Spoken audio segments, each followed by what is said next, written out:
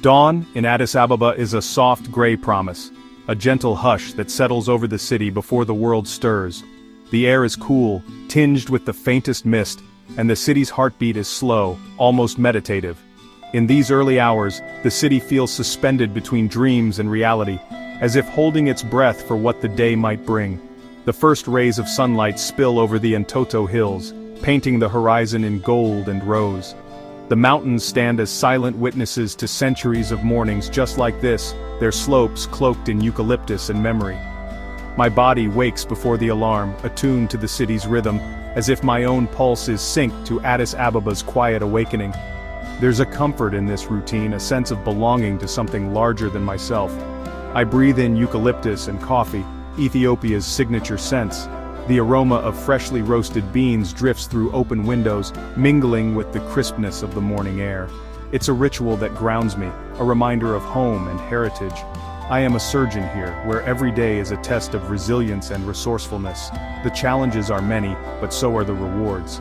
Each morning, I remind myself that my hands can bring hope, even when resources are scarce. Our hospital isn't high-tech, but it's a place of strength and innovation. Patients travel for days, sometimes on foot, seeking care that may be their last hope. Nurses work tirelessly, their dedication woven into the fabric of every ward and corridor. Every case is a story, of courage, of struggle, of families who refuse to give up. I listen, I learn, and I do my best to heal. My mission is simple but profound: offer the best care possible, one patient at a time. Sometimes that means improvising, finding new ways to solve old problems, and always showing compassion. Outside, the city awakens, the call to prayer echoes across rooftops, the first taxis rattle down the streets, and vendors begin to set up their stalls. Life returns in waves, each sound a note in the city's morning symphony. I watch the faces I'll see today, each one carrying its own story, its own burdens and hopes. The city is a tapestry of lives, woven together by shared struggles and small triumphs. Each person is a puzzle, each case a challenge that demands not just medical skill but empathy and understanding. We work together, sharing knowledge, supporting one another, and pushing the boundaries of what's possible. The responsibility is immense, but it's a privilege. In quiet moments, I reflect on the lives I've touched and those who have touched mine in return. Being a surgeon here is a calling, demanding skill, empathy, and adaptability.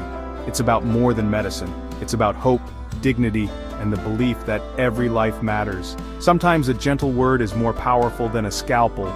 A reassuring touch, a moment of kindness, can be the difference between despair and hope. The sun floods my apartment, casting long shadows and filling the room with warmth. I pull on my scrubs, feeling the weight of the day ahead, but also its possibilities. The hospital, with all its hopes and heartaches, is waiting. Within its walls, lives will change, some in small ways, others forever. Today, like every day, I step into the unknown, and I am ready to serve, to learn, and to be part of this city's unfolding story. My day begins with Ethiopian coffee, brewed in a jabina, a ritual of grounding and focus. The aroma fills my kitchen, centering me before the chaos. The commute is a sensory overload, bustling streets, vendors, donkeys, and music. Addis Ababa's energy is raw and vibrant, a reminder of the community I serve. At the hospital, the city's noise gives way to focused intensity. I greet colleagues, security, nurses, cleaners. We are a family with a shared purpose. Changing into scrubs, I become a healer, not just a resident. I review the surgical schedule, visualize procedures, and anticipate challenges. Preparation is crucial. Mental readiness is my best asset. The calm from my morning coffee transforms into decisive action. The day has truly begun. Every moment counts. Morning rounds blend science with human connection. In the early light, the hospital comes alive with a quiet energy. Nurses checking charts, doctors gathering for updates, and the soft hum of hope in the air. Here, medicine is not just about numbers or diagnoses, it's about the people behind each statistic, the lives that fill these wards with stories of resilience and courage. Our team moves bed to bed, focusing on each patient as a person, not just a chart. We pause to listen, to ask about their families, their fears, and their dreams for the future. Every interaction is a reminder that healing is as much about compassion as it is about medicine. Ababa, a young woman with a ruptured appendix, is recovering. Her hope is contagious. Despite the pain and uncertainty, she greets us with a smile each morning, her spirit lifting everyone around her. Her journey is a testament to the strength found in even the most vulnerable moments. Her case highlights the gap in rural surgical care. In many places, access to timely surgery is a luxury, not a guarantee. Ababa's story is a reminder of the urgent need for better resources and support in rural communities, where distance and limited infrastructure can mean the difference between life and loss. Next, an elderly man surrounded by family recovers from bowel surgery. His children and grandchildren gather at his bedside, their presence a source of comfort and strength. In this hospital, family is not just allowed, they are encouraged to be part of the healing process. Family is medicine here. Their involvement is essential. They help with daily care, offer emotional support, and remind us that healing is a collective effort. The bonds between patients and their loved ones are as vital as any treatment we can provide. We discuss his care, ensuring everyone understands their role. Open communication builds trust, and together, we create a plan that honors both medical needs and cultural values. These conversations are as important as any prescription. Finally, a young boy, scared after a fall, needs our trust and skill. His wide eyes search ours for reassurance, and we do our best to comfort him, knowing that kindness can be as powerful as any medicine. Limited resources mean we rely on clinical judgment, not technology. Here, a careful exam and a listening ear are often our most valuable tools. We learn to improvise, to adapt, and to trust our instincts when machines are out of reach. I guide residents through hands-on diagnosis, a vital teaching moment. Each case is an opportunity to pass on knowledge, to teach the art of observation, and the importance of empathy. These lessons will shape the next generation of healers. Every patient teaches us something new. Their stories challenge us to think differently, to question our assumptions, and to grow as caregivers and as people. These stories remind us why we do this work. In the face of hardship, we find inspiration. In small victories, we find hope. The human spirit shines brightest in these moments of connection. Medicine here is personal, improvisational, and deeply human. We adapt, we innovate, and we never lose sight of the person in front of us, no matter the challenges. Each round is a lesson in empathy and adaptability. We learn to listen, to observe, and to respond with both skill and heart. We learn as much from our patients as they do from us. Their resilience, their trust, and their stories shape us into better doctors and better people. The ward is a classroom of life where every day brings new lessons, new challenges, and new reasons to keep going. The operating theater is our sanctuary, a place of focus and teamwork. We lack high-tech gear, but our unity is our strength. Mid-surgery, the power fails. No panic, just action. The backup generator roars, a lamp steadies the field, and we continue. Scarcity is our reality. Every tool and supply is precious. We repair equipment, innovate, and conserve. This environment sharpens our skills and creativity. Teamwork is everything. Communication is quick, trust is implicit. The anesthetist monitors, the scrub nurse anticipates, and we move as one. Hierarchy fades, we are equal partners in saving lives. Challenges force us to be better surgeons. Every operation is a test of adaptability. Our synergy is forged through shared struggle. In this room, we are more than colleagues, we are a lifeline. Scarcity breeds innovation. Together we make the impossible possible. This is surgery in Ethiopia. Our first surgery is for Dawit, a young farmer with a life-threatening hernia. His pain threatened his livelihood and family's future. The surgery is delicate: relieve the strangulation, assess the intestine, repair the hernia.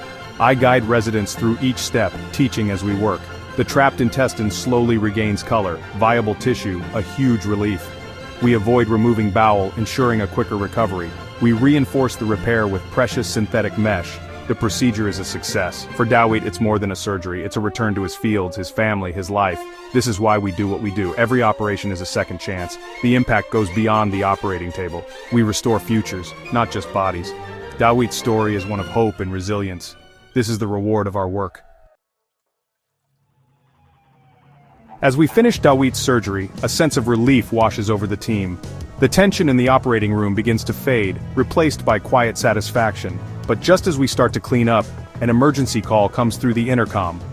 There's been a minibus accident on the outskirts of town, and multiple casualties are being rushed to our hospital.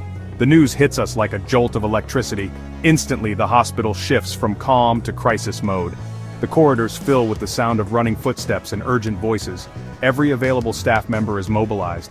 We gather at the emergency entrance, triaging patients as they arrive. Some are walking wounded, others are barely conscious. We prioritize the most critical cases and prepare the theater for immediate action. The first patient is a young woman, unconscious, with severe abdominal trauma. Blood stains her clothes and her pulse is weak.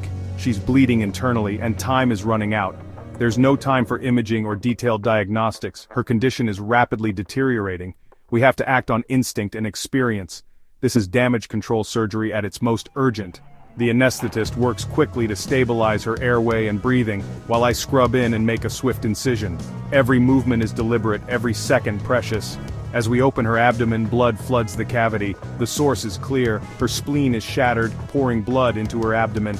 The team moves with practiced urgency. We clamp the bleeding vessels and perform a splenectomy, removing the damaged organ as quickly and safely as possible. The room is tense but focused. Gradually, her blood pressure stabilizes. We check for other injuries, searching for any additional sources of bleeding.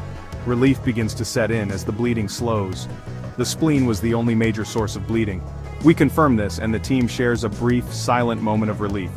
We pack her abdomen with sterile gauze, planning a second-look surgery once she's stable. This staged approach is her best chance for survival in such a critical situation. I explain the plan to the team. Everyone knows their role. Communication and clarity are vital when lives hang in the balance. She's not out of danger yet, but we've pulled her back from the brink. The team wheels her to recovery, monitoring her closely, hope mingling with exhaustion. Emergencies like this test every skill, every instinct, and every ounce of determination we have as medical professionals. In these moments, teamwork and speed are what save lives. No one can do it alone. Every second matters. The clock is always ticking, and the margin for error is razor thin. This is the unpredictable reality of our work, never knowing what the next moment will bring, but always ready to answer the call. Between surgeries, the hospital becomes a classroom. Training new surgeons is as vital as saving lives. After the emergency, I gather residents to discuss the case. I ask questions, encouraging critical thinking and clinical judgment. Mentorship is about more than technique, it's about resilience and compassion. We talk openly about the emotional toll and the importance of self-care. Teaching is a legacy. Every skill passed on multiplies its impact. These young doctors are the future of Ethiopian healthcare. Their growth is our greatest achievement. The torch is passed, one lesson at a time. Evening brings a slower pace and time for reflection. I check on DeWeet. He's recovering, hopeful. The woman from the accident is stable but critical in ICU. The day's victories and challenges weigh on me. I finish paperwork, update files, and prepare for tomorrow. The hospital quiets, the hum of machines and soft voices fill the night. I reflect on decisions, always seeking to improve. Before leaving, I step outside into the cool air. The stars above Addis Ababa remind me of our small place in the universe. Today we fought pain and suffering, and made a difference. Each day is a new battle, a new chance. I head home, tired but fulfilled. Tomorrow, it begins again. Why do we stay? The answer is in quiet moments. A patient's smile, a student's understanding, a colleague's dedication. We stay because we are needed, because the work matters. The challenges are real. Shortages, sorrow, and frustration. But every life saved is a victory. Here, medicine is pure. Hands, eyes, instincts. You learn resilience from your patients and yourself. This work changes you, breaks and fills your heart. You become part of a family united by purpose. You won't get rich or famous, but you'll make a real difference. That is the greatest reward. This is why we stay. This is why the work matters.